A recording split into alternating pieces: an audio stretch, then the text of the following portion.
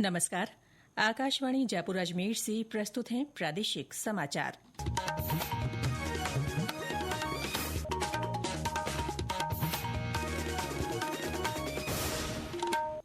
मुख्य समाचार।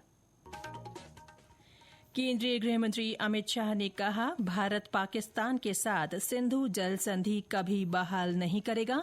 सरकार पाकिस्तान जा रहे अतिरिक्त पानी को राजस्थान ले जाने के लिए नहर का निर्माण करेगी। मुख्यमंत्री भजनलाल शर्मा ने जैसलमेर में बीएसएफ जवानों से संवाद किया। कहा, बीएसएफ दुनिया भर के सीमा सुरक्षा बलों में अग्रणी। उप मुख्यमंत्री दिया कुमारी ने जयपुर में पर्यटन विभाग के अधिकारियों के साथ बैठक कर तीज महोत्सव सहित ऐतिहासिक स्मारकों के संरक्षण से जुड़े मुद्दों पर चर्चा की। और प्रदेश में मानसून की सक्रियता से विभिन्न जिलों में मध्यम से भारी बारिश का दौर जारी।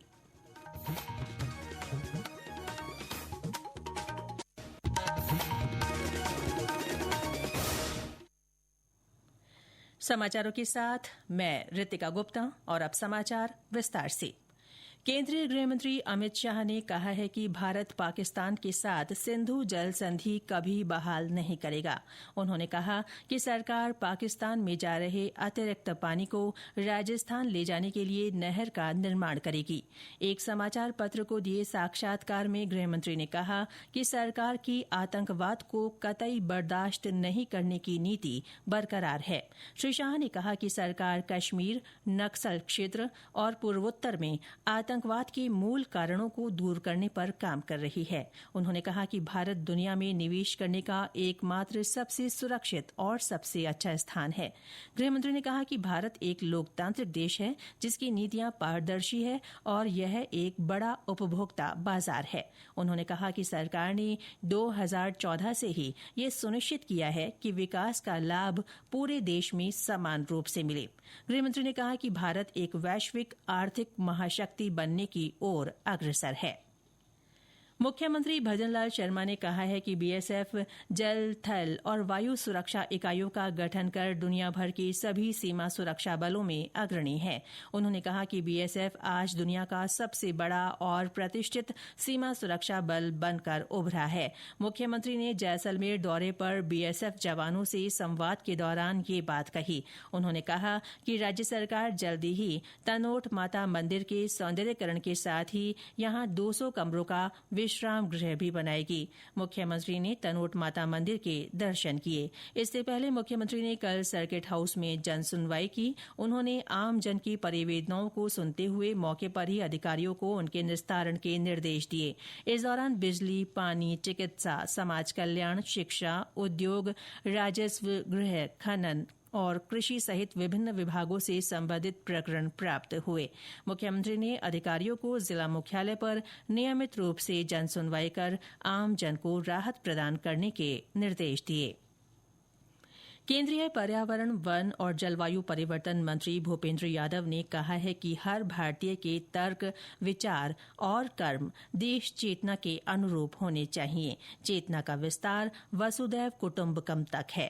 श्री यादव ने बहरोड में आयोजित योग शिविर कार्यक्रम में ये बात कही। इस अवसर पर पत्रकारों से बातचीत में उन्होंने कहा कि सरकार खेल को एक कल्चर के रूप में बदलना चाहती है। उन्होंने अलवर सांसद खेल उत्सव में 4 नए खेल जोड़ने की भी बात कही। अलवर सांसद खेल उत्सव में इस बार 13,000 बच्चों ने भाग लिया। हम खेल उत्सव को और बढ़ाना चाहते हैं। हम खेल को एक कल्चर के रूप में बदलना चाहते हैं और खेल को अपनाने में नौजवान आगे बढ़े। खेल हर एक के जीवन में होना चाहिए और जो उत्कृष्ट हो उनको आगे बढ़ाना चाहिए। संकल्प को लेकर के हम चलते।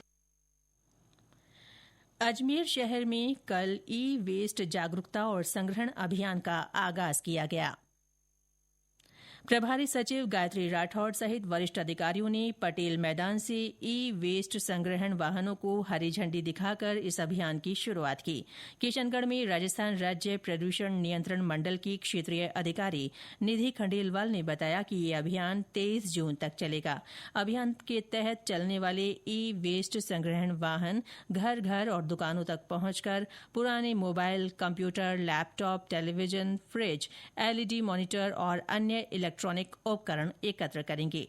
इसके अलावा कलेक्शन सेंटरों पर भी लोग अपने पुराने इलेक्ट्रॉनिक उपकरण जमा करा सकते हैं। इस अभियान के माध्यम से आमजन को बताया जाएगा कि ई वेस्ट का सुरक्षित निस्तारण न केवल पर्यावरण की रक्षा करता है बल्कि स्वास्थ्य के लिए भी फायदेमंद है। ये समाचार आकाशवाणी जयपुर अजमेर से प्रसारित किए जा रहे हैं। प्रादेशिक समाचार बुलेटिन आप हमारे एक्स हैंडल @AIRnews_जयपुर, YouTube channel Rajasthan AIR news और फेसबुक AIR न्यूज राजस्थान पर भी सुन सकते हैं। साथ ही आप हमारी वेबसाइट newsonair.gov.in पर भी समाचार सुन सकते हैं और संबंधित फोटो तथा वीडियो देख सकते हैं।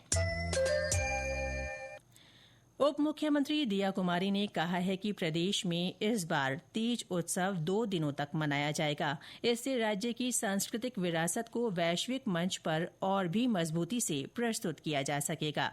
उन्होंने जयपुर के जवाहर कला केंद्र में स्थित शिल्प ग्राम के पुनर्विकास को लेकर कार्य योजना बनाने के भी निर्देश दिए। उप मुख्यमंत्री ने कल जयपुर में पर्यटन विभाग से जुड़े विभिन्न विषयों पर समीक्षा बैठक की। बैठक में उन्होंने अधिकारियों से तीज महोत्सव, शिल्प ग्राम के पुनर्विकास, जमवाय माता मंदिर क्षेत्र का विकास और राज्य के ऐतिहासिक स्मारकों के संरक्षण से जुड़े मुद्दों पर विस्तार से चर्चा की। उप मुख्यमंत्री ने बावड़ियों और अन्य ऐतिहासिक स्मारकों के जीर्णोद्धार, आमेर, नाहरगढ़ और जलमहल के विकास कार्यों के समयबद्ध क्रियान्वयन के भी निर्देश दिए। पर्यावरण संरक्षण को लेकर पाली में पर्यावरण प्रेमियों ने अनूठी मुहिम शुरू की है। ये लोग नवाचार करते हुए बड़ी संख्या में सीड्स बॉल बनाकर अरावली पहाड़ियों सहित आसपास के क्षेत्रों में डाल रहे हैं। हमारे संवाददाता ने बताया कि इस मुहिम का उद्देश्य लोगों को पर्यावरण संरक्षण के प्रति जागरूक करना है। इस मुहिम का उद्देश्य पर्यावरण के प्रति जागरूक करना है। सीड्स बॉल बीजों के ज्ञान को कहा जाता है। पशु पक्षियों के भरण पोषण को देखते हुए मोरिंगा, किकर पौधों के बीज को चुना गया है। इन बीजों को मिट्टी व गोबर खाद के मिश्रण में लपेटा जाता है ताकि पशु पक्षी बीजों के खाने के बाद में उनके मल से पेड़ पौधे अधिक से अधिक पनपे। एक बार भीग जाने के बाद सीड्स बॉल अंकुरण के लिए बीज के चारों ओर नम वातावरण बनाए रखने में मदद करता है। विशारद जोशी, आकाशवाणी समाचार, पाली। प्रदेश में सक्रिय हुए मानसून से विभिन्न जिलों में मध्यम से भारी बारिश का दौर जारी है। पिछले 24 घंटों में भीलवाड़ा में सबसे ज्यादा 20 सेंटीमीटर बारिश दर्ज की गई। कोटा और निवाई में 6 इंच से ज्यादा बारिश हुई।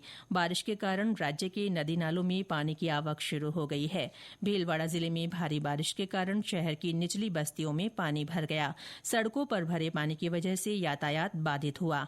प्रशासन ने राहत कार्य शुरू किए। जिले में शनिवार अल सुबह से ही दोपहर तक मूसलाधार बारिश हुई। हमीरगढ़ कस्बे में 125, मांडल में 54, मांडलगढ़ में 130, शाहपुरा में 60, कोठड़ी में 111, बनेड़ा में 56 मिलीमीटर वर्षा रिकॉर्ड की गई। भीलवाड़ा जिला मुख्यालय पर 7 इंच से ज्यादा बरसात होने के कारण शहर की सड़कों पर पानी भर गया। वहीं शहर के विजय सिंह पथिक नगर में मकानों में पानी घुसने की सूचना मिलते ही नगर निगम की टीम मौके पर पहुंचे। बारिश होने के साथ ही अब किसानों ने अपने खलियानों की तरफ रुख कर लिया है, जहां किसान खरीफ की फसल के रूप में मूंग, उड़द, तिल, जवार, गंवार, मक्का, बाजरा की फसल की बुआई करेंगे। सोमदत्त त्रिपाठी, आकाशवाणी समाचार, भीलवाड़ा।